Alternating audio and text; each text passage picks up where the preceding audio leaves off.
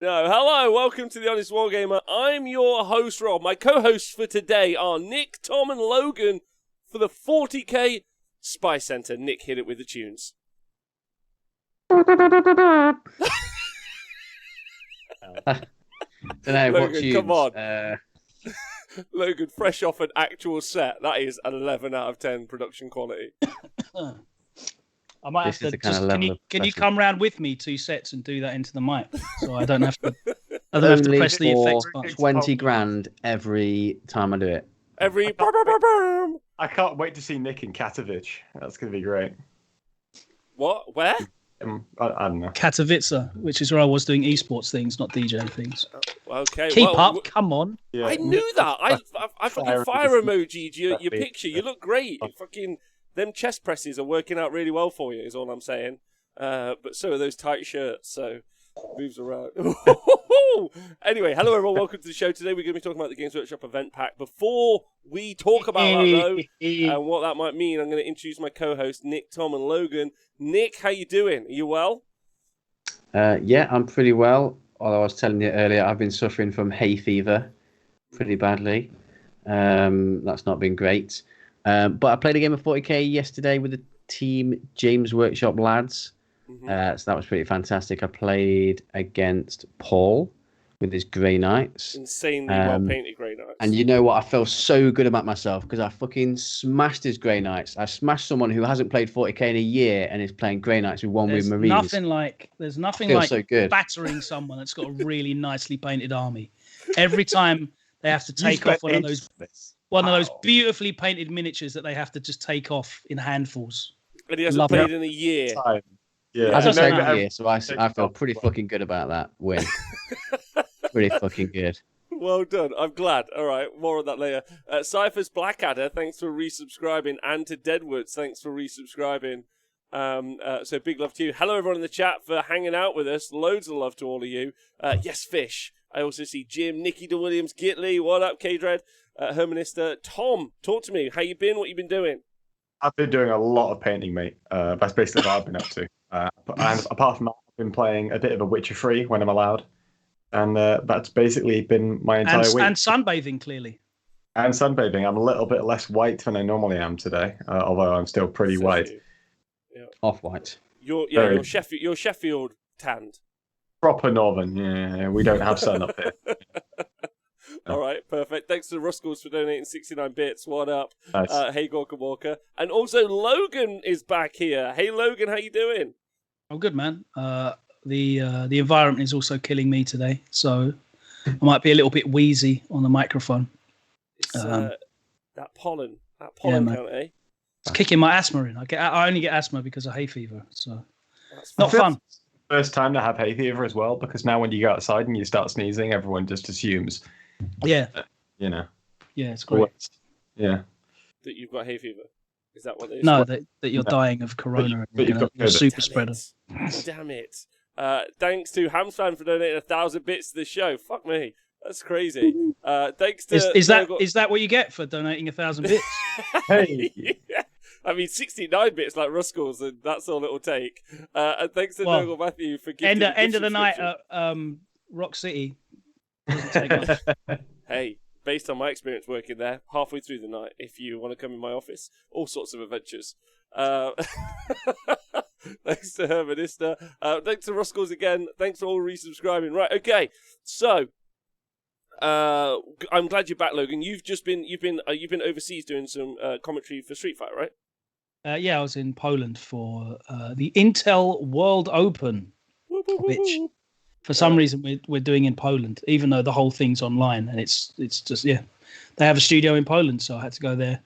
I'm going back in, I think, about 10 days. Yeah, 26th I'm going back. Okay. So I'll be there for another 3 weeks. Okay. All right. Well, I hope you have a great time. Looks like a fun time. Production quality is crazy, man. Loved it. Yeah. Loved watching your intro. Yeah. Yeah. A lot of money was spent on those trousers as well, let me tell you.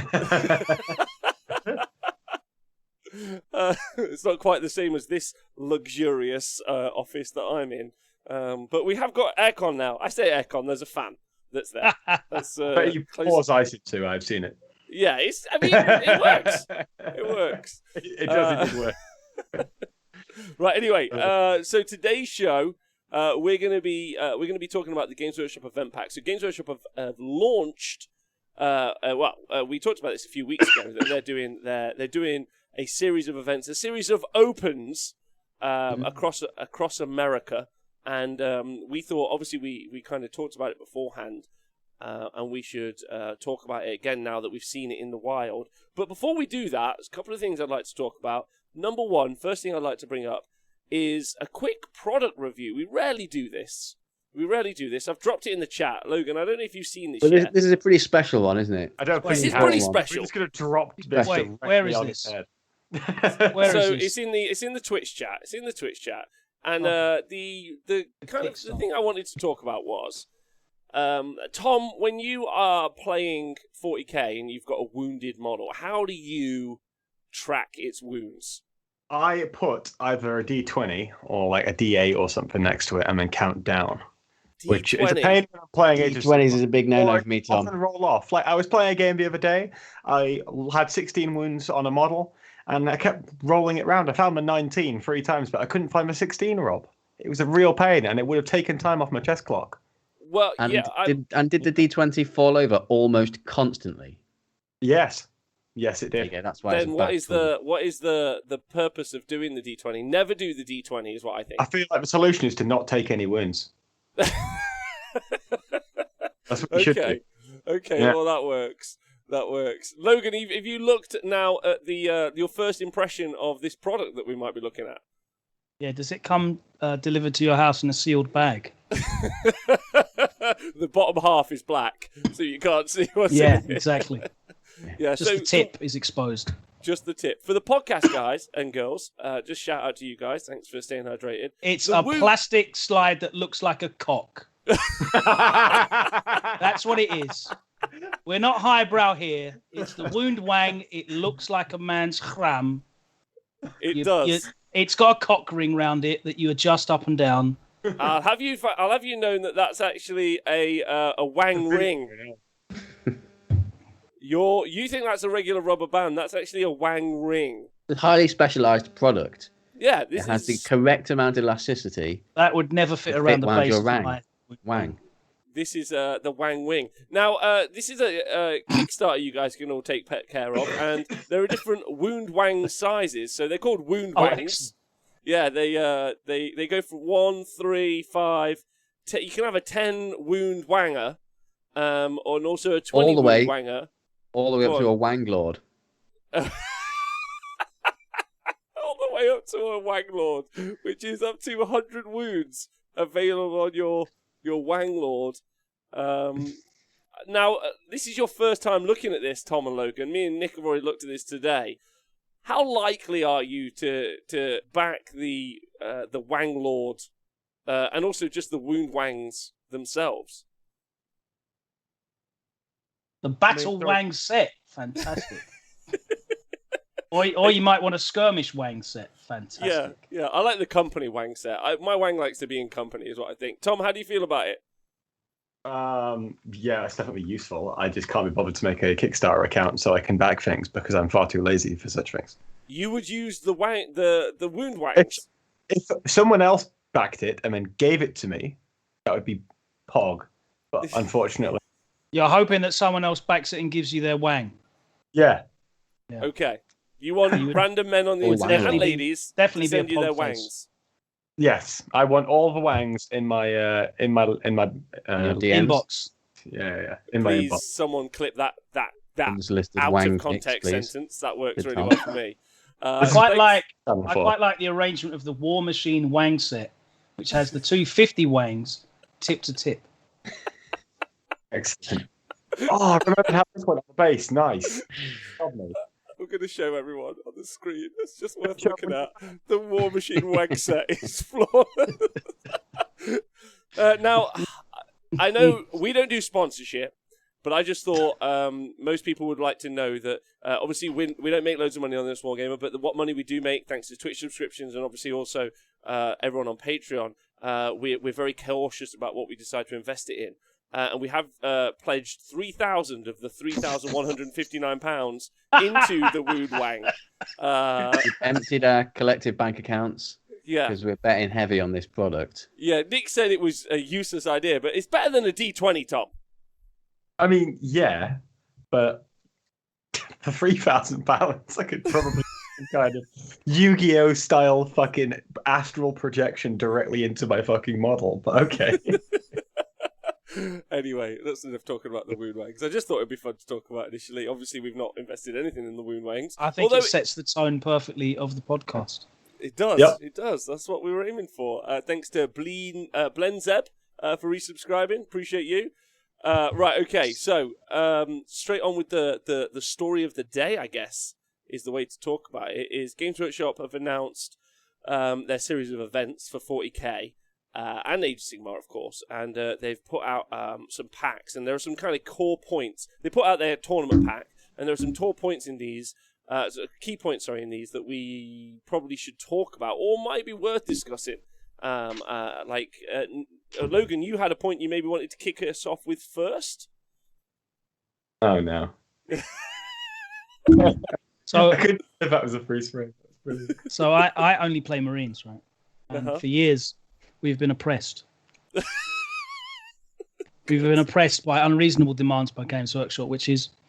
If I want to absolutely maximize my list and run perhaps 2 detachments of different chapters, as was actually useful a couple of years ago, well, Games Workshop would tell me, you know what, if you want to do that, you have to paint each detachment in its own color scheme so that people that have double-digit IQs are able to differentiate between the models, because otherwise they wouldn't be able to do that. It would be impossible.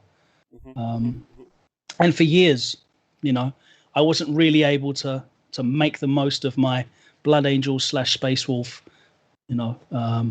list, because if I wanted to sort of move models around, they'd have to. I'd effectively have to paint 2 lots of my collection. Well, guess what? All of you fuckers have to do that now as well.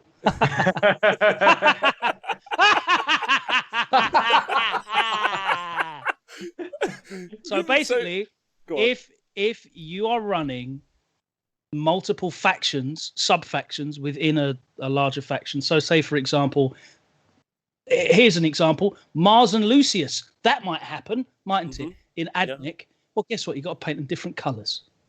What if I have custom Forge Worlds which use Mars as their parent Forge World, and both of my custom Forge Worlds just look almost identical, but very slight minor variation, like a slightly different helmet, as per the rules pack.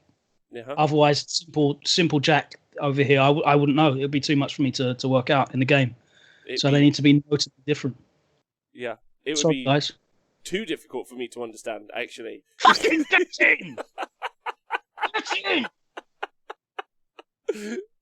So what Logan is obviously saying is that if you're using any models, basically, they have to be painted in the paint scheme of the sub-faction, not just the army that they're from. They don't have to be in the specific paint scheme, but they have to be in a different paint scheme if you have multiple detachments within the same army. Yep. So you can't just turn up with your loads of Dark Eldar or your loads of even Death Guard, because people were running, Ferryman and Mortarian's Anvil. Well, guess what? They've got to be painted differently as well. Sorry. But the example they did give was Tyranids, wasn't it? So you need to have specifically different paint schemes for your different detachments if you want to run Cronus and whatever the fucking other one is. I wouldn't maybe it's a massive fucking ball ache. Yeah, it's an enormous ball ache, and I'm so glad that everyone else now has to suffer. Excellent, just in time for Marines not to want a soup as well. What I also really like is almost all the Admech armies in the world are red. Yeah, and Lucius is now OP. Fuck. What colour is Lucius? To be made here, mate, in having a model bank where you just lend out your models, but you do it for a fee. So if someone needs an Admech detachment, why don't you just paint a blue one? And then suddenly, oh crap, I could repaint all my Admech or half of it, or I could just pay this guy to lend me a bunch of models. Bank. Yeah, get a deposit. Yeah. get 2 jars for resubscribing. I think the key point here is will it be enforced? I guess is kind of the key point. Yes. You think so? It'll be enforced just as much as the other thing that we'll talk about, I'm sure. Okay. That means that you're never allowed to play at a Games Workshop event again. What, they don't allow sexy motherfuckers to go? I didn't read that. Yes. That's why I've not been for years. Twitch was sexy. Twitch stops you banning sexy, so Games Workshop can't do that. Yeah. Like, it's in the eye of the beholder, I think is what it is. Okay, all right, Nick, how do you feel about this? So you always do custom paint schemes, and Nick, I played against Nick's Marines, which have been loyal, chaos, 18 different fucking legions at different points, all manner of things. I've seen a guy that's been a winged blood angel fella, and then the next week he was a demon prince. All manner of things. I was able to somehow comprehend it. I don't know how I managed it, but like I must have been taking Jim Vessel's Ritalin that day. Nick? Well, so I ran my old Bronze Marines as everything under the sun, but I mostly only ran them as one thing in any one army list. So if I ran them as like Renegade Chaos Marines, all my Bronze Marines were Renegade Chaos Marines, and then I had a small detachment of Thousand Sun Sorcerers who were painted red. Fine. So it was very obvious. There was only one tournament I was ever going to go to where I was going to have 3 different detachments of 3 different Marine chapters, and I was going to use loom bands around the bottom of their base to denote the different chapters, but that tournament got cancelled because of COVID. So I never quite did that. Would you, in the future, think about using loom bands or wang bands? So they've specifically said you can't use wang bands, loom bands, or cock rings, or condoms on top of your miniatures. What about wrappers? You can't use wrappers. You can't paint the base rims. There's no rim jobs allowed. Oh, fuck. But I like rimming, so... Yeah. There's... Black rims only, I'm afraid. I had all of my grots. I had... when Met Guns were in 8th and they all could screen for your actual Met Guns, I had to rim each one a different colour, and it was a fucking travesty. There were so many, so many. I was like, oh no, converted to Met Guns, mate. You know, you'd have been fine. You should have just converted to Met Guns out of whatever random shit you had in the garage. You know, that would have done it. And you'd go flack on Twitter for it. Yes, I'd have had loads of flack for that. Well, okay. I'm not. I can't see I'm it not being personally enforced. upset necessarily about this one. Okay. Because I think the direction of travel for most army lists. I think what Games Workshop are trying to achieve is the direction of travel for most army lists is more mono faction anyway. Yeah. What do you think the intent is though? Like, if I'm playing, my army is painted as Riser, let's say for Mechanicum, but I play them with all the rules of Lucius. Is that okay? Yes. Yeah, it's fine. Okay. It's only if I mix detachments. Yeah, not so okay. you can easily tell which thing is in which detachment if the detachments have different rules, which I think is fine. Yeah. Okay. All right. So it's not too much of a drama. No, I think it just makes your gaming. It makes your gaming experience. It's a drama if you run a. So basically, most of these 9th edition books are coming out now with what are effectively chapter rules, right, or clan rules. We saw it in Thousand Suns, Death Guard, Drakari. We've seen it in all of them now so far. So a lot of the strongest builds involve souping those different factions together within one faction.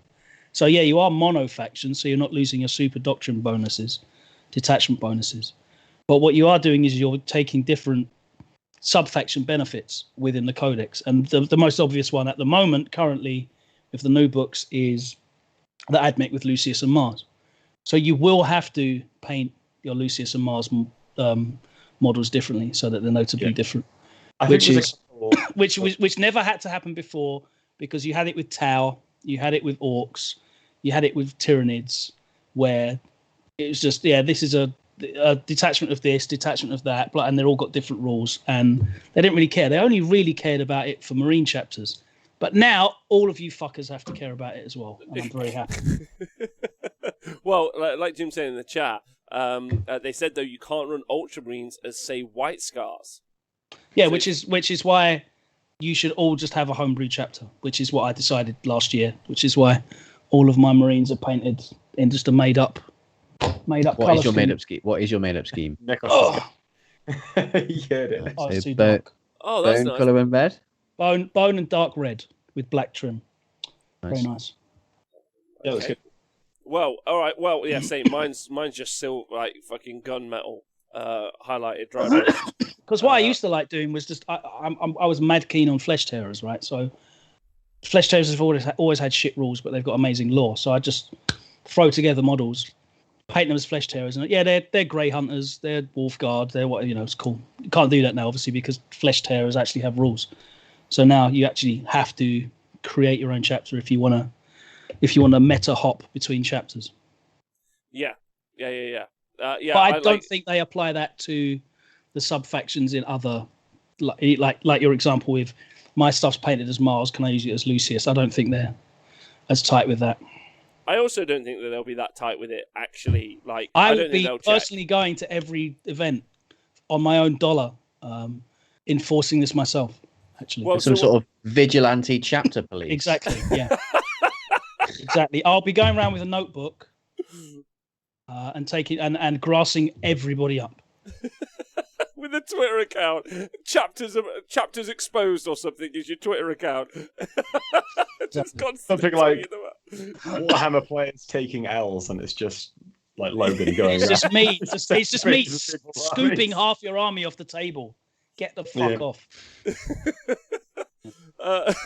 Right, so I mean, like, so Datcom is saying in the chat, and it's a good point. Obviously, we've got some really relevant experience of this, Nick and Tom. So for the first time ever, Nick and Tom, our experiences of Warhammer World events are relevant to other people in the world. Instead of people being like, you fucking schmucks, I can't believe you went there, what's wrong with you? It's finally relevant for us. So I played at a Warhammer World event where, you won't know this, but there's a thing called a Mega Boss or Maw Crusher. So an orc on top of a Maw Crusher. The difference Is that the big between... lizardy looking? Yeah. So the difference between the non-named version and the named version is a slightly different head on the Maw Crusher and one different weapon on the guy on top. I thought there wasn't WYSIWYG in Age of Sigmar like written 40k. Yeah, there is. There is. Oh, fuck. So this guy with a spear can't have like a big fucking axe. Don't worry, thing. none of us give a fuck. Like, Okay. none of us give a fuck. We're not like full of like But I will. military I'll historical be there, Tom. reenactments. I'll be there, Tom. Oh, fuck. You Can't painted wait the to see tunic the wrong Logan. colour. You painted the Logan- tunic of those fucking... Yeah, get it off. Logan at an Age of Sigmar event would be great. It'd be like, Get the what are all tunic these off. fucking Oh. wizards doing? That is the wrong shade of grey on your Panzer tanks, Tom. Get them off the table now. God, It's disgraceful. Anyway, at a Warhammer World event, they made a guy change it. And again, I can't begin to describe to you. If I was to show you the difference between those two models, you would find it ludicrous. But they were like, oh, you can't use him. That's Godrak. And like the guy was like, come on. It's on. Come on, man. Come on, man. But they made him change it and take it off. So I don't think that they're actually going to do that at these events, though. I think that they're going to be really, really, really lightly handed. But can they afford to be? Can they not set a precedent? I think they can do whatever the fuck they like because the tickets are selling like hotcakes. Yeah, but that's what I mean. Like, I agree. But what I mean is for the visuals, what's the word? The Optics. Nailed it. Thank you. How the it looks optics. on there. Yeah. What do you think? I don't think they give a fuck about the optics, to be honest with you, because it'll be the same thing as when you turn up with your 3D printer goes brrr, conversions that get pulled off the table as well. Well, I mean, they might. Go on. Yeah, I mean, they might not be as tight on it when you're not playing on one of the top tables or what have you. But yeah, I think they'll be. Yeah, I feel like they're in a position now where they're so successful and they've got such a player base now, where if you don't want to go because you haven't painted this or that or your army, they'll sell the ticket to someone else. And there's umpteen people. You know how long the waiting lists are for independent events. Mm-hmm. So imagine how long the waiting lists are for Games Workshop promoted events. Yeah, it's fair. Which reach hundreds of thousands of people. Do you think Games Workshop could go into Times Square, shoot someone, and people would still go to their events? Yes. Yeah. Yeah. Yeah. I think so. All right. Well, the next subject you've raised already. So I think that's the next one to talk about. Obviously, they've said, I think, what's the exact wording? I'm trying to find the exact wording. I But can get the exact pack over here. One second. I just get past all these wound wang. Hurry up and check out, Rob. The the important part is that there's a limited amount of conversions available, and you have to get them checked. And obviously, no third-party pieces, and obviously no 3D printed stuff at all. I feel like this is just and no Forge World lookalikes. Yeah, no Forge World lookalikes. Yeah, it's just a case of protecting your IP. Like, I don't think this is a massive deal either, to be honest. Like, okay. No. I mean, we discussed this before, didn't we? Sorry, go on, Nick. Let me No, yeah, it's just what Tom said. Like, I can understand them putting that in their events. Like, I can totally understand that being in place at Warhammer World and Games Workshop events. I've not got an issue with that really at all. That's totally understandable. The only issue will come is if other tournaments bring that in. I don't see it happening unless you're a Games Workshop affiliated tournament like the ITC ones. Maybe they might bring it in. Sorry, the F1 Game ones. But I can't really see anyone apart from Games Workshop ones bringing it in, really. Okay. Lo, what do you think? Yeah, so we discussed this when we were talking about the 3D printing on the show a couple months ago, right? Yeah. And bringing in a Games Workshop tournament circuit. And we predicted it would happen anyway, where, they already don't allow third-party models on the stream tables. As Tom said, it's protecting the IP. They don't want to advertise that you can use alternatives to their product line. Mm-hmm. It's to be honest with you, it's poor business. I very much doubt they make any money from running these tournaments. So they want to use these tournaments to advertise, the hobby, buy more miniatures, and if someone turns up and they've got an entirely 3D printed Space Marine army of Blade Guard veterans that are Space Wolves and they've all got like cool stuff on or whatever. Where did you get those? Oh, I'll send you the STL. Like, it's not a good look for them. So I'm not surprised at all. I feel like what it will do is, probably see an upturn in independent events, which is good for everybody. So I actually am hugely enthusiastic about this because I think everything you said, Logan, Nick, and Tom is 100% on. Like, why would they want to advertise the fact that you can do other things at all in the hobby? I will take umbrage a little bit with what you said, Logan. Is they said advertise. They don't want to they don't want to advertise the hobby specifically. I think that there's a distinction between the hobby wholesale and Games Workshop themselves. Yeah, because the Games Workshop hobby. The hobby is a term that is defined by Games Workshop in this instance. On a legal 100%. Yeah, 100%. Like, I actually think that it's a fucking wicked thing. Like, but not for why maybe they think it might be. Because I love that. Because it allows them to just be like, no, Games Workshop stuff only, like, super cool. And it allows all the other events to be like, bring your models here. Like, you've got like an awesome... Only non-Games Workshop ones. Yeah. You've got an awesome set of like, looks like Tyranids, but like, someone's just done different designs. Yeah? You get to paint them up. Like, the money is mental.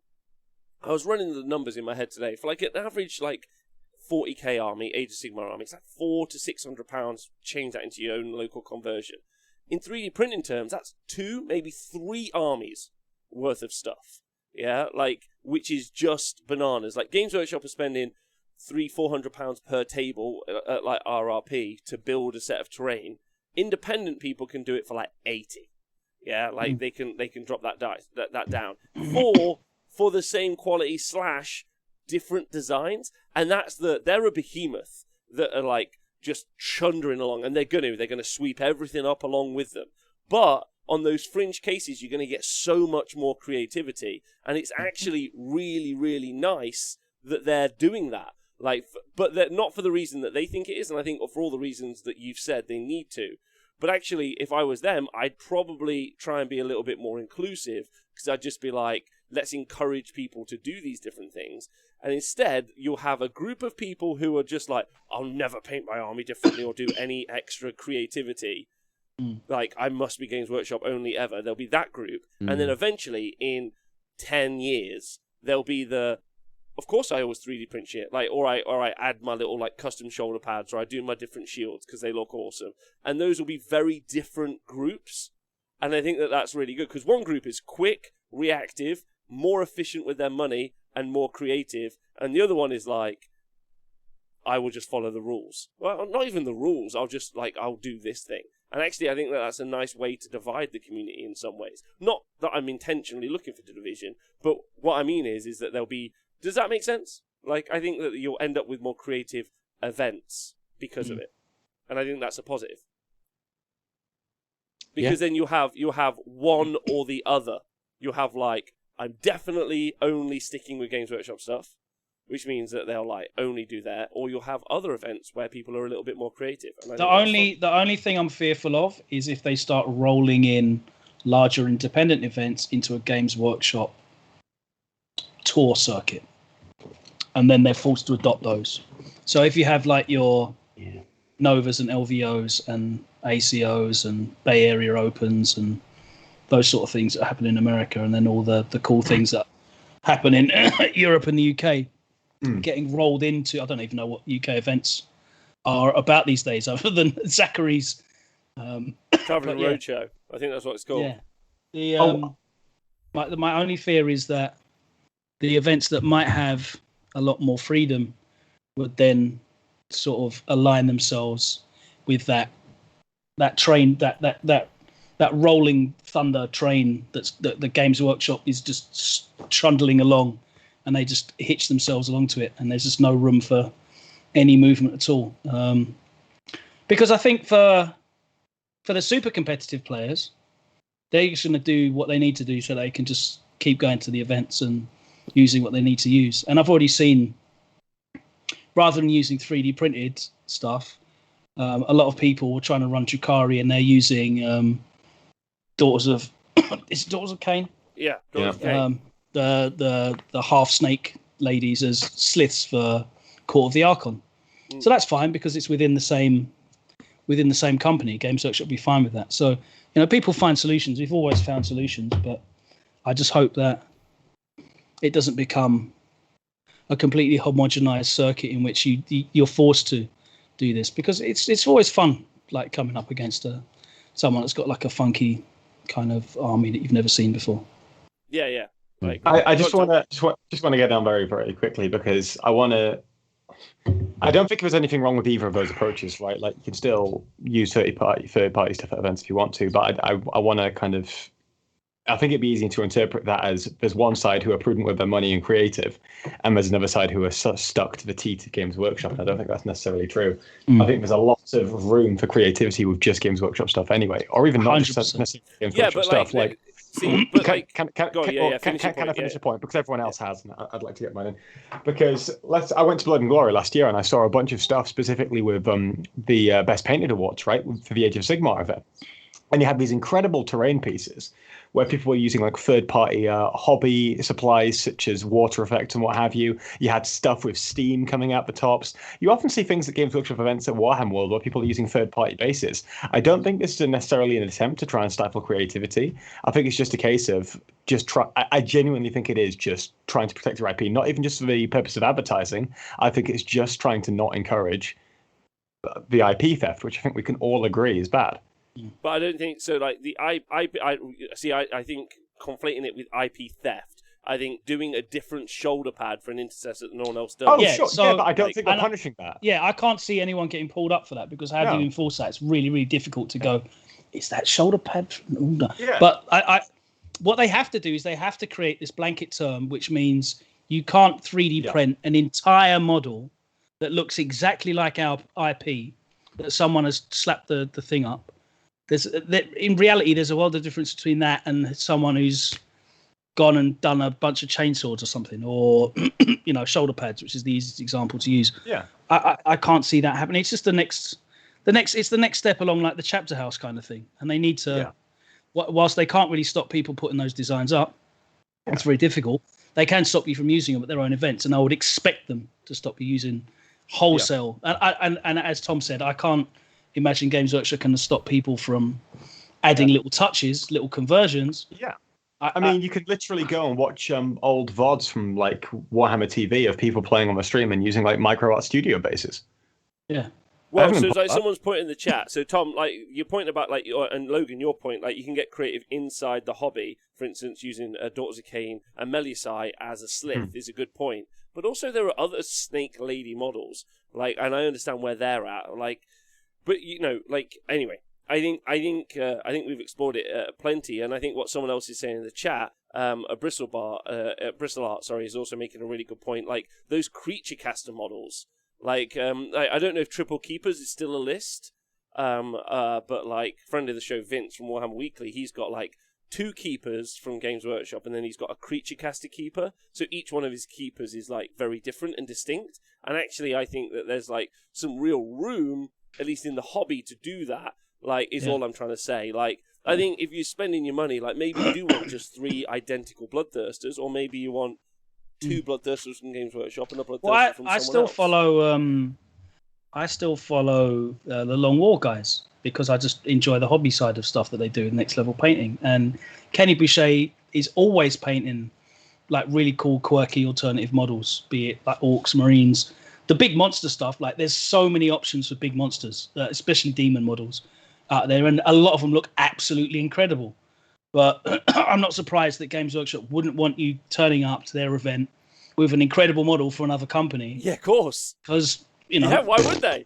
Yeah, like I think it's like 100% set in standard. Like fair play to them. Of course, that's the right decision for them as a business and all the other ideas. Like I got no qualms with it. It doesn't bother me at all. What I think it's great for is the independent scene. That's what I'm trying to get at. Like, I think there's a positive out of it. It's a positive for Games Workshop. They get to just enforce their own rules, which is cool. Big thumb. Yeah? Like, do your shit, be your people. That's fine. And I think, like, then for the rest of the hobby, which is still pretty broad, you've got loads of independent events where you can just fuck about. And I think that's wicked. Because I would be more interested probably in going to an independent event. Because of that, right? Like, the idea of playing against a creature caster, keeper of secrets would just be like, look awesome. And I'm not saying it's more creative, not saying that, because obviously there are some stunning armies that are just the basic plastic kits built and painted. Of course there are.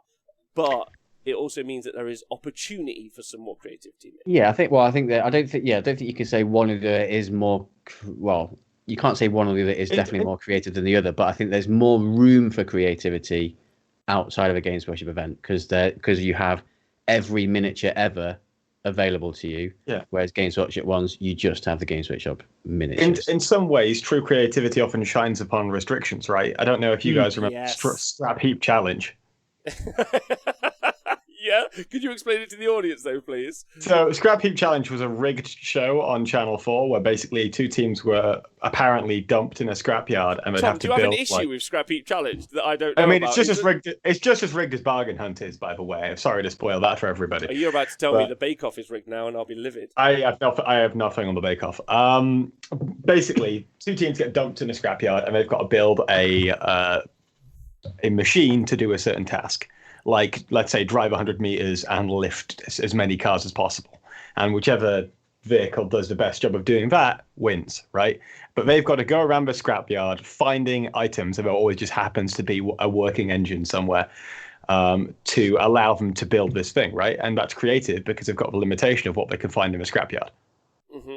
Whereas if you just got all things, like, possible, you know, but if you could just have anything you wanted, I mean, it's still creative, right? Because you've got to, it's basically about what you pick rather than about how you're going to use this in a way that makes it look really, really good or makes it really, really effective. You know what I mean? Yeah. Yeah, yeah. No, and I'm with you. Also, by the way, Sompworks' dad, who's in the chat, was a judge on Scrap Heap Challenge. Boom, there you go. That's good. And I think also... He needs to explain where all the engines came from. He's just exposed them in the chat now. Yeah, you just exposed them. I think what Yes Meat Balls says... I'm painting a Stonehorn. I think what Yes Meat Balls is saying in the chat is the more restrictive Games Workshop get, the more anti-capitalist revolutionaries will be on the independent scene. Big win, in my opinion. Yes, comrade. Yes, comrade. Hey, comrade in the chat. Can we enable that, actually? Thanks to Guys ID, by the way, for resubscribing. I saw that earlier. You're a super lovely guy. Big love to you. But yeah, anyway, I think we've talked about that enough, but I actually see it as a positive. We've talked about this already. We talked about it before. They're 100% going to lock down. I'm sure maybe at some point FLG will adopt that as well. And maybe other large-scale events, when they suck at the teat, are going to be a part of that. They'll make the deal with the devil. Not that Games Workshop's a devil, but they'll make that deal, and that's good because I think that makes the independent scene more vibrant. It gives it a USP. Whereas the independent scene previously, well, I mean, in 40k terms in England, it was the better tournaments, right? And probably also. Our USP was we had FAQs back in the day. So I mean, that's a pretty good FAQ. Like, Nick, you've been to Warhammer World events and independent events, in the UK.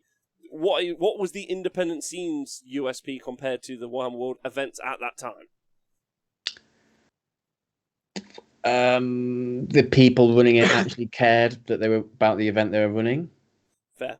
Yeah. Not that I'm saying that the people running didn't care, but they're obviously more invested in it as a product. Because I've been to some Warhammer World tournaments, and you ask someone who's organising it, and they're just doing their day job. Like, you can't blame them for not, whatever. Like, someone who's running an independent event, it's their baby. They're obviously going to be more passionate and put more energy into it, and things like that. But different terrain, like independent terrain from different companies, stuff like that, and seeing all sorts of weird and wacky armies and stuff like that. One of my favourite moments of seeing someone at an independent event that I've been to, where I took a completely non-Games Workshop army, and I saw someone who is very radicalised by Games Workshop have a involuntary disgust reaction at my army.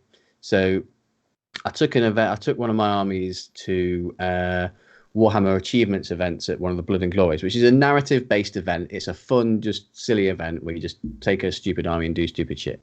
Mm-hmm. So I took an army which was half Ramshackle Games, half Battleforge miniatures, and then a third. The legs were sculpted by me. So three different sculptors worked on this army, and I made like a hot air balloon out of a light bulb with a little a barrel hanging off it as like a flying contraption thing. So it was all non-Games Workshop, and that army won Best Painted at that event. So it was a nice army. I won Best Painted. So it wasn't like a pile of shit that I put together. And I saw a Games Workshop staff member wandering around looking at all the armies, and I watched him as he went past my army on the table, and he looked at it, he double taked, and he just sort of like physically repelled at it and like, oh, what is this non-Games Workshop army of miniatures? Oh, it's disgusting. That made my day. So. That's great. I think the implication specifically recently, but I know you didn't say this, Nikos, but I wanted to clarify anyway, because I mean, it's something I'm quite conscious of recently, especially I did that show of Rob a couple of weeks ago. But GW don't care about the tournament. It's definitely a red herring, though, because I think over the last few years, specifically with regards to improvements in terrain, the fact that this pack even exists is evidence that they clearly do care. And they are looking to improve their events. I mean, the fact that they hired Mike Brent in the first place. Well, I'm not saying they don't care about it, but I've been to some Games Workshop tournaments where the dude on the microphone has had this much enthusiasm. Hi, welcome to Warhammer World. Are you guys excited to play? I should get Nikos on it. All right, round one starting. All your numbers are on the projector.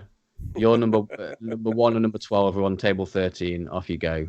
Man, I think Games Workshop clearly have very, very different priorities in their Warhammer World events than any of us at independent events. I think that's the big thing, right? They've just got very, very different priorities from all the way down to like just the way that they do pairings at those events, which means that they're not remotely competitive events because it's random pairings every round.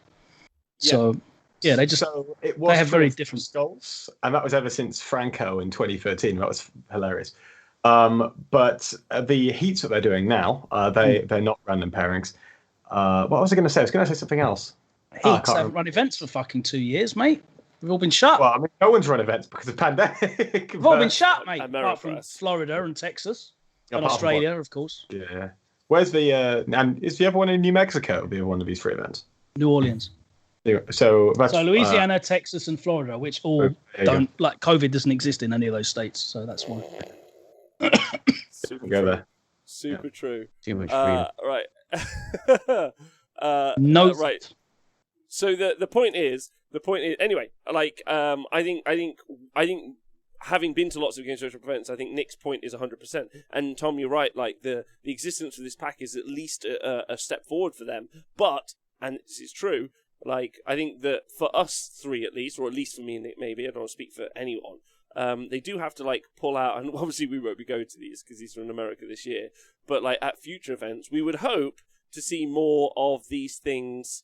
Like we would like you would need to convince me compared to how it was previously.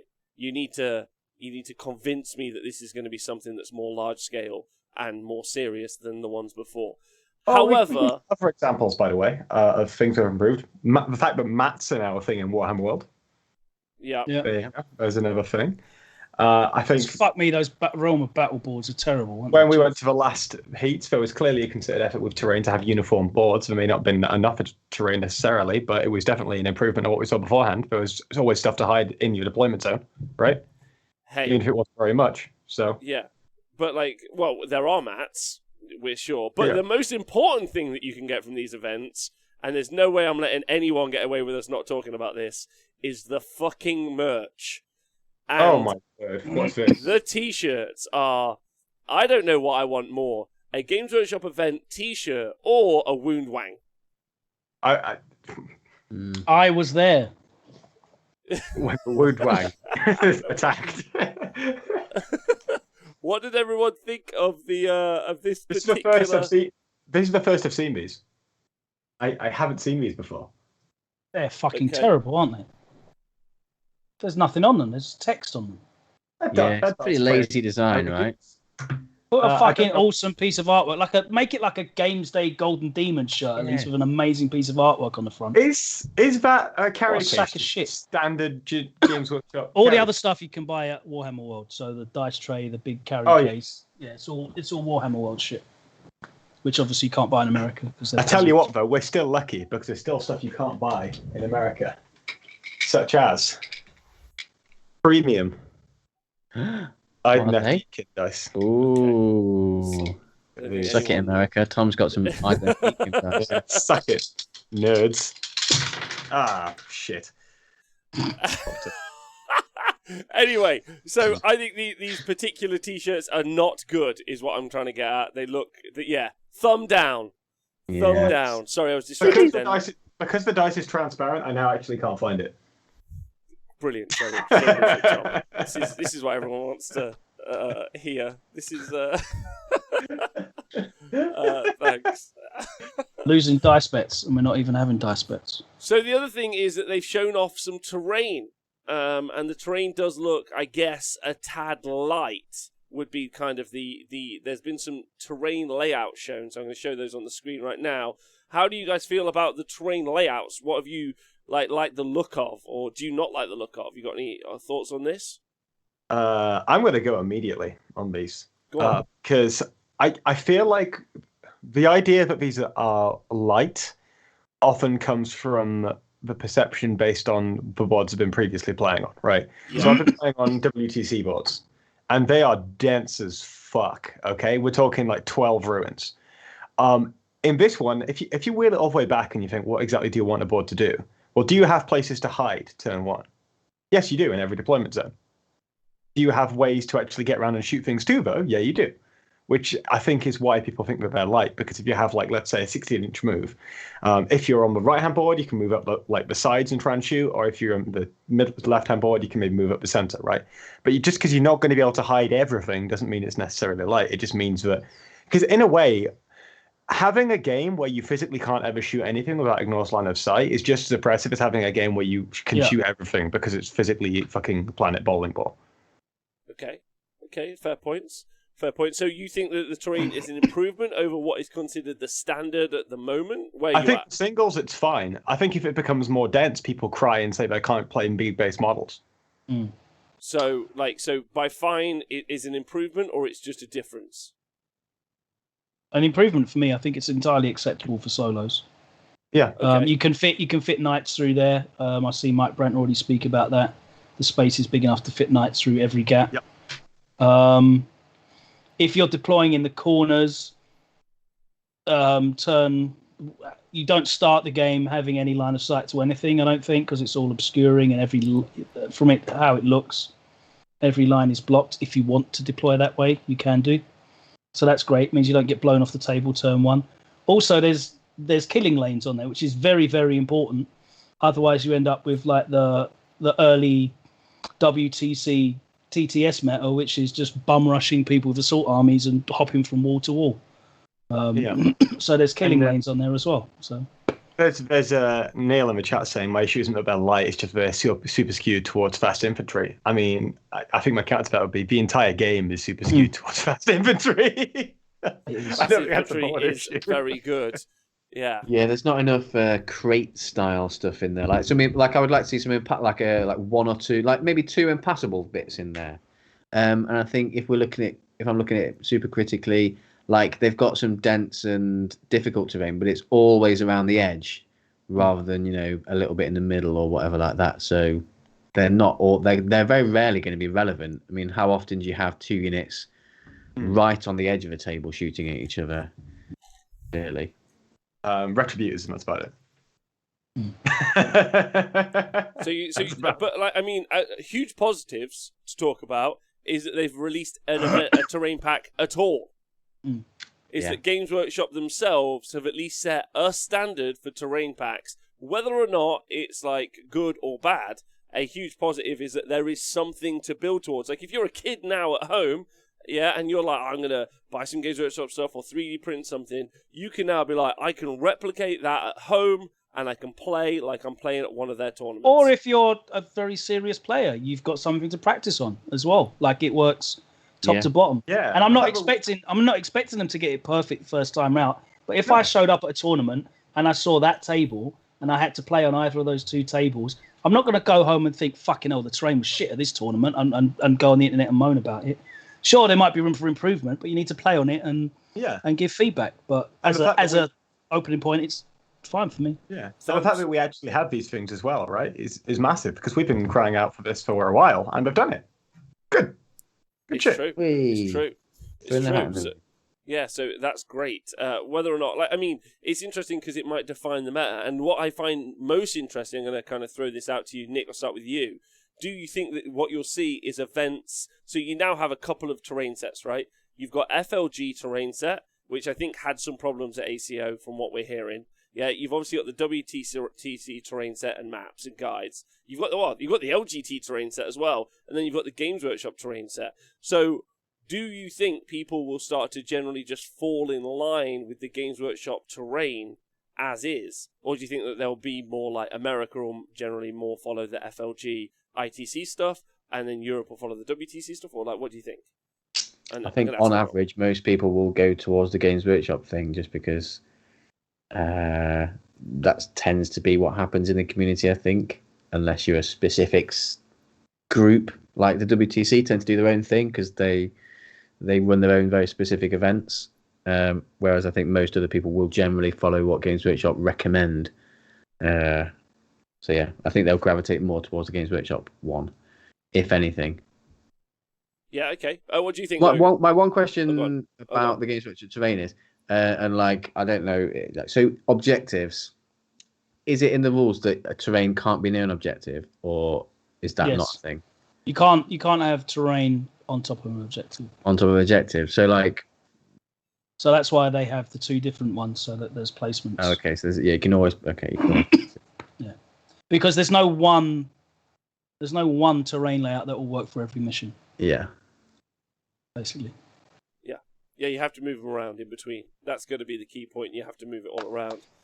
Tom, what do you think? About objective placements? No, I think the long question I asked Nick, which I said I'd ask you all, about like, so if you were going to build a board of terrain at home. Oh, now, yeah, sorry. Yeah. What would you do? Yeah. I think I'd probably copy the GW one just because I don't think WTC is necessarily. If I say it's not as well marketed as Games Workshop, that isn't a slight on the WTC because Games Workshop is the mother company, right? Yeah. It's the first point of call for everything. It's why you still see like Warhammer shops and all fucking street corners and what have you. So I think if you're starting up a singles event, you're probably just going to end up using this. If you're in a well-established singles event, you probably just end up using this unless you're certain events in Europe which have a basis upon being practiced for the WTC. A good example being a lot of the singles events that happen in the UK between May and July, right? Where a lot of the players that go are just practicing for the WTC. So I feel most of the time you're going to see these kinds of setups rather than the WTC ones, especially considering they're also a lot more accessible.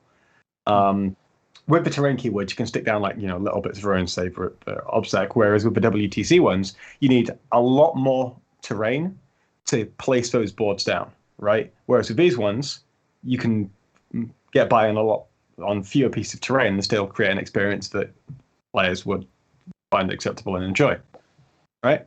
It saves you money to TO. And I think we're looking at 2 board layouts here, and the WTC pack has vastly more than 2 boards in it.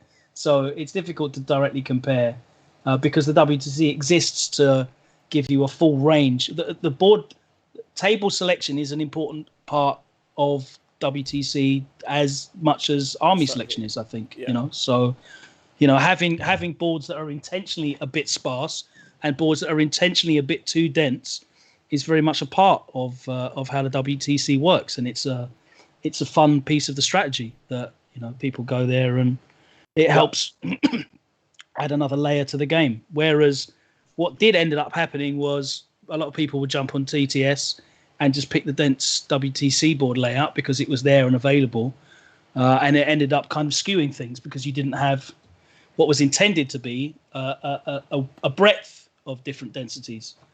Whereas this, we're looking at just 2 boards. They're not too dense. They're not light either. I think they're just there in the middle. They're never going to please everybody because they're kind of just there or thereabouts, right? And everyone's going to be coming from different sides. Yeah, 100%. I think it's the number one question of the day. What terrain do you use? How do you use it? Maybe that's just really relevant to me because I'm hosting 40k events and I'm building the terrain for it, so maybe it's super relevant. But like Nick was playing here last night on our terrain, and he actually dropped 2 pieces of terrain from a table's worth of setup that I'd done, right? So they look sick, by the way, those boards that Nikos put on Twitter. If you haven't seen them yet, go and have a look at Nikos's Twitter. Well, they're not painted yet. But the setup. Nick not picked up at all, to be honest. But a different. But the setup looked really good, though. The setup looked really good. I wouldn't worry about you can tell what you're aiming for, which is the same reason why I think we can credit Games Workshop here. We can tell what they're aiming for, and we don't necessarily expect them to get it right first time. But this is a good first step, and it shows their intent, which is fantastic. Yeah, that's true. It does show at least intent. Which is good. Let me know if you need a C variant. I need all of it, Shadow Sun. I'll message you later. Okay. Active judging is the last thing to talk about. I think is the last thing to talk about. In a large-scale tournament, doing some active judging is going to be a thing that they're going to need to do. That's going to be pretty key. And America's kind of suffered from a lot of gates, generally, at the top end. And I wonder, running your own event, that's going to be a tough call for them as a company, because they don't want to disenfranchise a customer. Because when an independent guy does it, you can still keep buying those models from GW. But when the company say that you're a cheat, oh boy, it's a different port of call. So are they going to be saying people are cheats though? That's the thing. I don't know if they'll go that far. No, what was the term they used? Quiet word. I just want to say that now that Bill and Melinda are splitting up, we've got far fewer gates, so it's okay at the top. Well, I mean, we might get more gates. He could remarry and have more kids. Loads more gates everywhere, yeah. All the gates at the top, yeah. What do you think, Nick? I think that obviously they haven't got... ITC have a more structured approach to their refereeing. They've got rules and regulations, whereas Games Workshop is a little bit more loose. I think it'll be fine as long as they get the right people doing the judging. You need a particular type of person who's strong-willed and... not afraid of saying you need a proper honest dickhead. Truths to someone. Not necessarily a dickhead, but you need a strong-willed character who's not afraid to have a little bit of confrontation with someone to say, look, this is not okay. I'm giving you this, rather than So as long as they get the right people doing it, I can't see there being a huge problem with it. Basically, that's my opinion. Yeah, okay. Logan, you got probably more experience than maybe any of us, professional, esports /sporting events like this. Like, how do you feel as the company hosting the event they're gonna manage? I mean, judging is not a thing that you really have to deal with a great deal in esports, to be honest with you, because it's a digital game. So like much harder to cheat. Yeah, I mean, and you do have it though, because people are still using like hacks in LANs and stuff, and Adderall. Well, there's no drug testing yet, but yeah, everyone's on fucking Adderall. But yeah, you get stuff in CS:GO where people are using like plugins and stuff, it gets exposed. Yeah, it's like that Forsaken guy in India a few years ago, right? He just got just like a plugin in his mouse. And they have a zero tolerance thing. It's just catch you. The problem is judging, and this is always the problem with Warhammer. There's so many rules that are so poorly written that everyone always is going to get a bit of leeway, right? On is it a mistake or are you cheating? Because there's always bits and pieces that you can kind of go in between. There's I saw you roll that dice behind the wall and it wasn't what you said it was, or you picked up that said it was a hit and it was a 1. And thankfully now that we've got HD streaming, we can catch people doing that. Okay, yep. 1080p. Yeah. We do have in this pack. I think there's a specific reference saying that they don't really make a difference between if you mess up a rule, you mess up a rule, right? They still enforce it. At the end of the day, it's your responsibility to make sure that you're playing your rules properly and correctly. Yeah, but they can't even write the rules properly and correctly. So it's just going to mean that no one's going to play AdMech because everyone's going to get their rules wrong. The other issue I have as well is the severity of punishments and how they deal with that, because that's something that's not really been explored at all in the Games Workshop competitive community in general. I don't think. Like, they haven't really got any standards or like precedents for that kind of thing, and it's very new. Whereas if you've got something like Magic, they've got like sliding scales on relevance of game and stuff. If they catch you on the 0-5 board and you've done something wrong, then your punishment is not going to be as severe as guy playing in the final single limb bracket who gets caught cheating. So. Okay, but it's interesting. I didn't know that. That's very interesting. Like, yeah, they have a sliding scale in Magic. So I assume that like the thing that we saw with TJ, who's like a guy called TJ Lanigan caught cheating basically a few months ago. Like he was the top of the ITC rankings at the time. He'd been to many events. So you assume if he's cheating at one event, you would assume he's cheating at all. He may not have been, but there's the assumption, and you can't not make it. And therefore, thanks Final Cookie for resubscribing. Big love to you. And I guess the rule scale is based on the event, not where you are. So it's King Callaghan. Thank you very much, Callaghan. King Callaghan. Thanks. So you would assume that like he should be treated more harshly than some guy they found like on the bottom tables. I hadn't even thought about that. I thought it was about equal punishment for all. But I guess if you're like more well known, then I guess you have to like. And I quite like that as well, because the impact of your cheating is significantly different, and that kind of builds in the responsibility on the top players to know their rules. If I'm a casual player who just wants to come and push the models around, and I've gone 0-5 in the tournament, and I get my rules wrong, like, what's the point in banning me from going to another event so I can go 0-5 again? Like, but what if you're in the last round, and you're on the bottom table, and you got two people fighting it out. They're both 0-4, and one of them really wants to get one win, and the other person cheats. Like, I really think like in that situation you should apply the same punishment at that level to the top tables, like, because it's a bit unfair, I think, on that person who's denied. It depends what the crime is, right? Because there's so many things in this game that are considered cheating that can be legitimate mistakes. I get a rule wrong, I misinterpret a rule, I forget something. I'm using an old version of something. But what I mean there's is like, loads of ways in which it can be unintentional. So that's my point. In that, it's not the impact, because I agree. Like, ruining someone's game is ruining someone's game. But if you're on the top table and you're a pro player and you have a platform, you should know better. And you're selling coaching to people and you're putting the word out there and what have you. And you're up there and you're on the stream and there's thousands of people watching you. And everyone in stream chat's talking about you cheating and what, like, it has a much bigger effect, a wider effect, and there's more responsibility on you than I feel there is on someone playing on a lower table. I think I agree with that. It's difficult to it's difficult for it to be like a binary thing, right? It's always going to be like a sliding scale, various degrees of grey. And as Neil mentioned in the chat as well, is it going to be like Mike Brandt zero tolerance strategy, or is it going to be Games Workshop? Oh well, doesn't naughty. We'll have a word with you off screen. Yeah, maybe potentially. Yeah, it's an interesting one. I hadn't thought about the sliding scale thing previously. It hadn't really occurred to me. But you're right. I think it should be harsher punishment if you're in the kind of in the public eye on that particular category. I think that seems really fair and really relevant. To be honest, and I think also the more it gets called out, the more people just have to nut up and learn their rules, because none of us really want to properly do it, do we? We kind of want to be like, oh, I think I remember. Like no one wants to put what are you doing? I'm going to spend 3 hours studying my rules. No one's going through that. So yeah, I think that seems really fair. Interesting. Was there anything else in the event packs that you guys saw that you thought was something you wanted to talk about? Or was of any relevance at all? Not that I can think of off the top of my head, mate. No. Okay. And you guys got anything?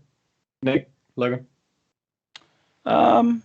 Not regarding this specifically. No, I think that's about it. Really, I think it's good that we're seeing this happen. It's a good thing that it's happening. The execution might leave some to be desired, but we're in an era where Games Workshop are willing to go back and revise things and not leave them for 3 years and then come back to it later. Like things are changing, they're patched, they're balanced, they're addressed. If they fuck something up, they might not admit they fucked it up, but they'll try and remedy it at least. So yeah, that's why I'm kind of a bit more confident in them being more hands-on with the tournament scene, because they seem to actually give a shit about it being executed well. 100%. And even men, like as a first try, I still think not bad. Good. Yeah. Okay. Nick, it is funny that they're all in Florida, Texas, and Louisiana. Yeah. Gork and Walker's making it point in the chat. They have held it in all of the COVID hotbeds. Although there's something crazy, like the vaccination rate over there is pretty high.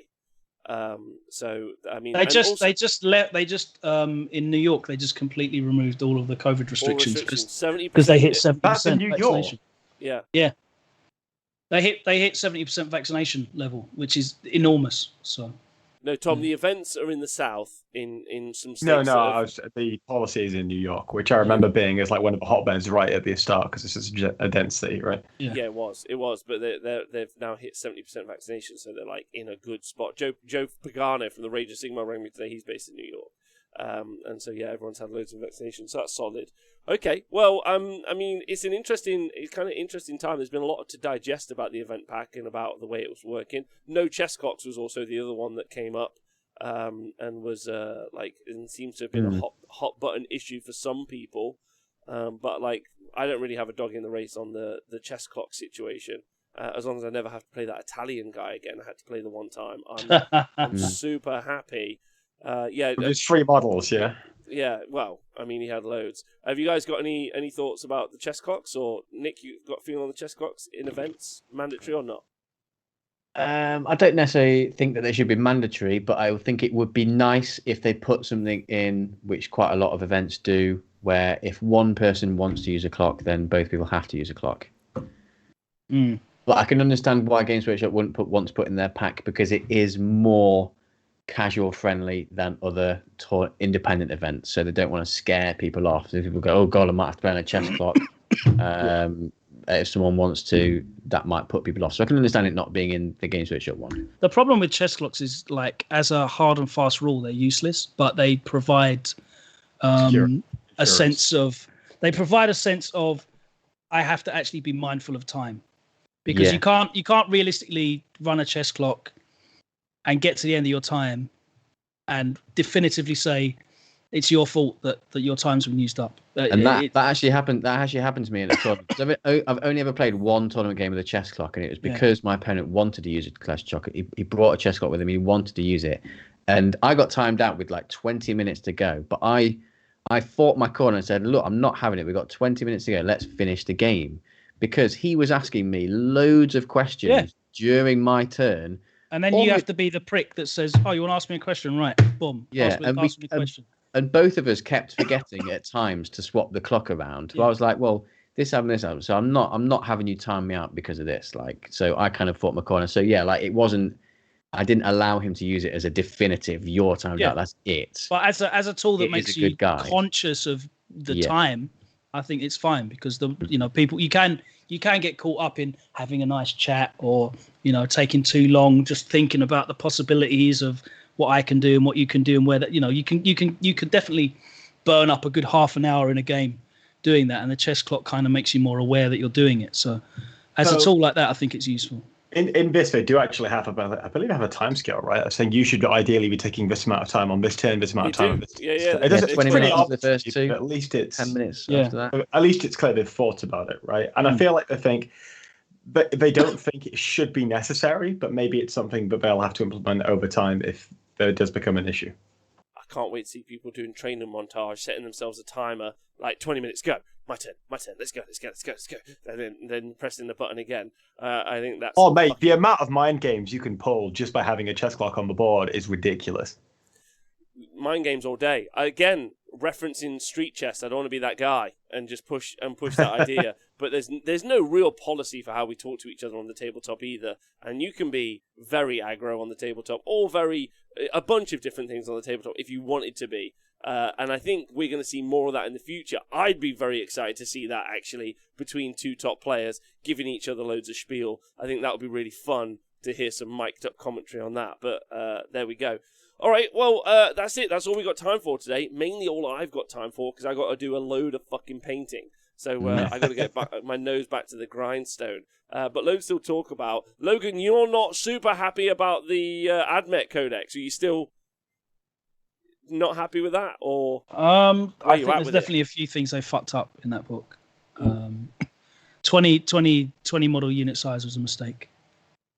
The Skitarii Marshal being able to get the reroll ones to hit relic on a 45-point model was a mistake.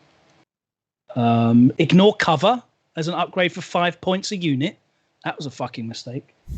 The Taraxi stratagem just was written by I don't know. It's like written by like a 6-year-old in primary school. And what's the other thing?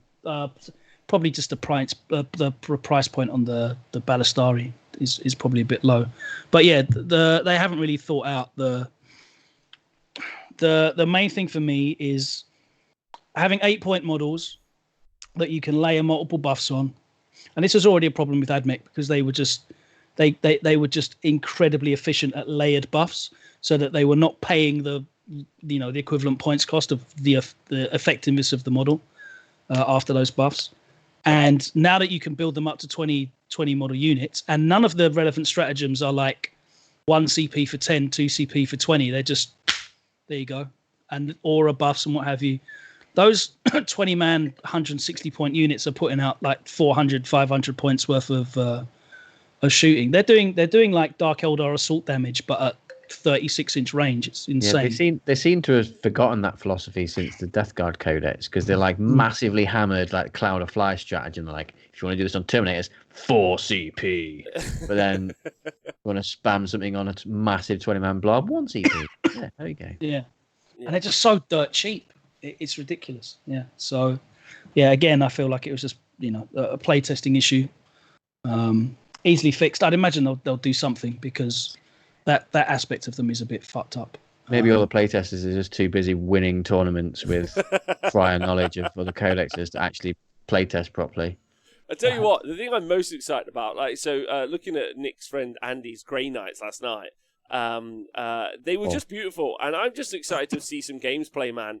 Hear some stories, like whatever those may be. And I get that there's we've had a lot of play coming from America and TTS at the minute while the world opens up, but it's not long, next 6 months to a year, where we all get to go back to events and play games. And I'm generally very excited about that, whatever the state of play is. Yeah, whatever the state of play is for 40k. And also, I'm actually excited for just the more professionalization of it. I think that there were some real teething problems 4 or 5 years ago for large scale events, and now hopefully we're going to see smaller, we're going to see other events take precedence and start working super hard. Alliance Open guys, I'm sure they haven't been sat on their haunches, and they're going to be doing some big events, and they're going to be some really solid events as well. So I think that's actually quite exciting for everyone, basically. So looking forward to it myself. All right, well, thanks you three for hanging out today. It's been super lovely. You've been great. You need some antihistamines, Logan. I'm going to make sure you're okay. I need my brown inhaler. I'm fucked, mate. Bless you. And then Nick and Tom, thanks for hanging out today. You guys got any 40k plans this week? I do. Oh, what are you doing, Nick?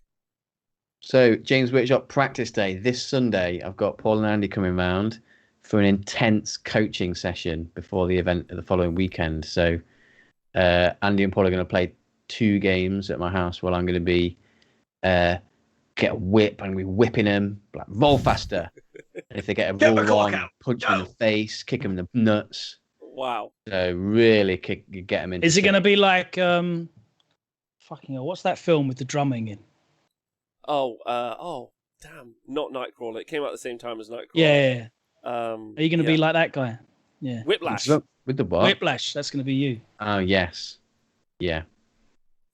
Weird that you went for Whiplash. Like you've given Nick a ton of like psychotic respect. You think Nick is like a darkly twisted. You didn't just give him like an old Irish drunk Rocky montage. Like, come on! You could have given him the guy from Dodgeball, and instead you go for that one. Yeah. I always have to go a bit too far. Tom, what about you? You got any 40k plans this week? Not at all. No, I think we're scrimming Canada, so we're doing pairings for that tomorrow. But we've got to play our games. That should be fun. Apart from that, I'm just painting Ogre More Tribes so I can play some AOS when AOS 3 drops. Okay, and nice. that's it. Logan, you got any? You're away again, aren't you? I'm not away again until the 26th, so I'm going to be trying to paint Space Marines for my eventual return in August. Whoa! To a custom scheme. Oh, comrade! I can't wait. Official Games Workshop miniatures only, by the way. Only 100%. Well, I'm off to paint all those heavy intercessors. Unofficial Games Workshop 40k terrain. So just don't know what to say about that other than it looks really good. Like, yeah, like just underscore Nikos for the preview on Twitter. Don't look at it. Don't look. It's not painted. Oh, do you know what I did notice actually about the Games Workshop terrain pack that we didn't talk about? There's no fucking L-shaped ruins on there. No. I know. Seas. It's now about seas. Yeah, fucked us all up. That's clever. Wait, should someone say the word seas? I'm already upset. They've seized the initiative on the terrain market. Yeah. All right. Well, thanks for listening to Honest Wargamer, and I hope you guys have a great day. See you soon. Goodbye.